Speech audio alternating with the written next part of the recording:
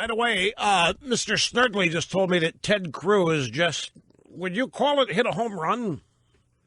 He was doing an interview with the media in the Bronx and sort of blew the notion that he is a Trojan horse for the establishment through the moon. So I'm sure Cookie was rolling on this interview. I saw it taking place up there, but I had no idea what was being said.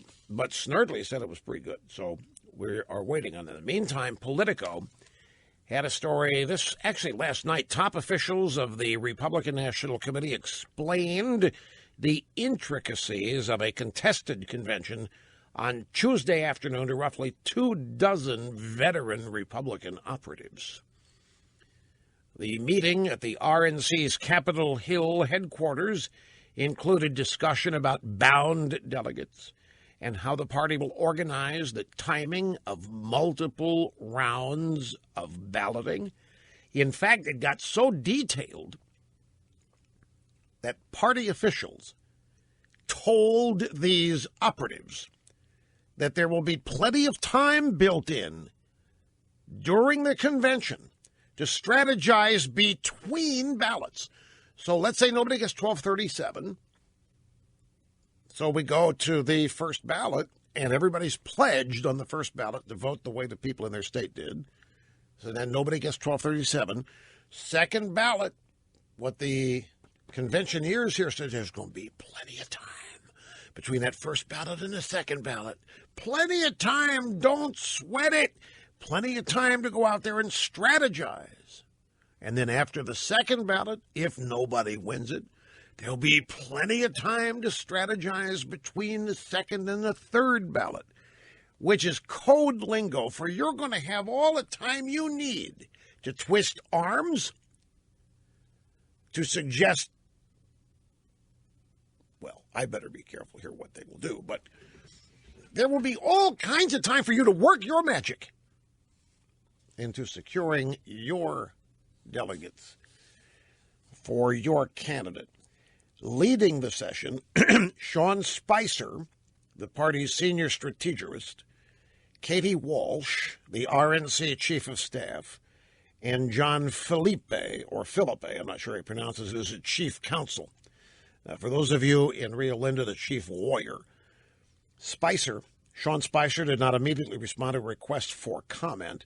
The operatives in attendance included Trent Duffy from the Kasich campaign, Vin Weber from the establishment, Matt Schlapp would be maybe the only guy at this meeting Cruz-oriented, but there was nobody there representing Trump.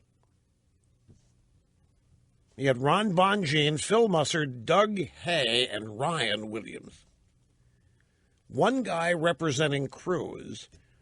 I don't think anybody there was an operative that is tied to Trump. Then thehill.com has this story. Trump effect hits Democrat convention. You ready for this?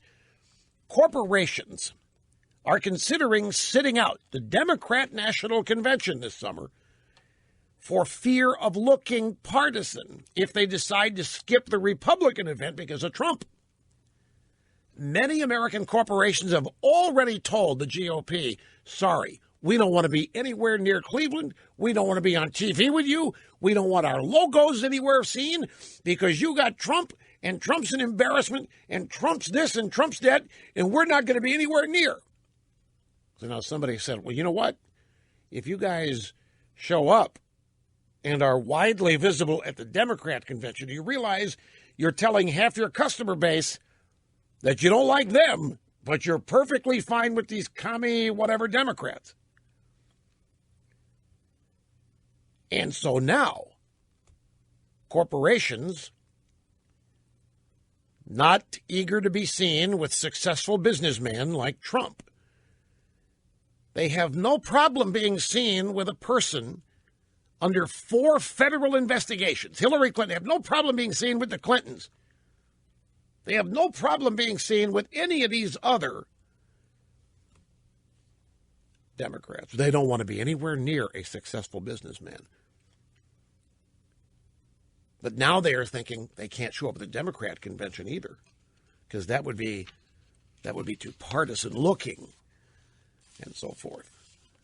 But this presents a problem for both parties because these corporations bring in all kinds of money. So you watch. An accommodation is going to be made here. Corporations will find their way to both conventions, I predict. Okay, here it is. Ted Cruz in the Bronx this afternoon. A reporter was saying Donald Trump, reacting to the results of Wisconsin last night, called you a Trojan horse being used by the party bosses. Donald can always be counted on to take the high road and to demonstrate class.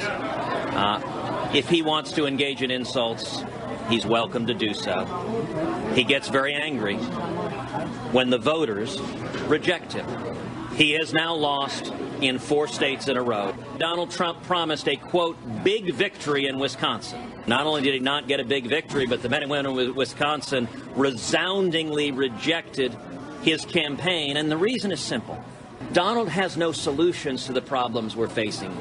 He likes to yell and scream and insult and curse. And his statement last night was consistent with that. Well, I'll tell you what that's going to generate. This is going to generate more Lion Ted stuff. Lion Ted, did you see what Lion Ted said about me?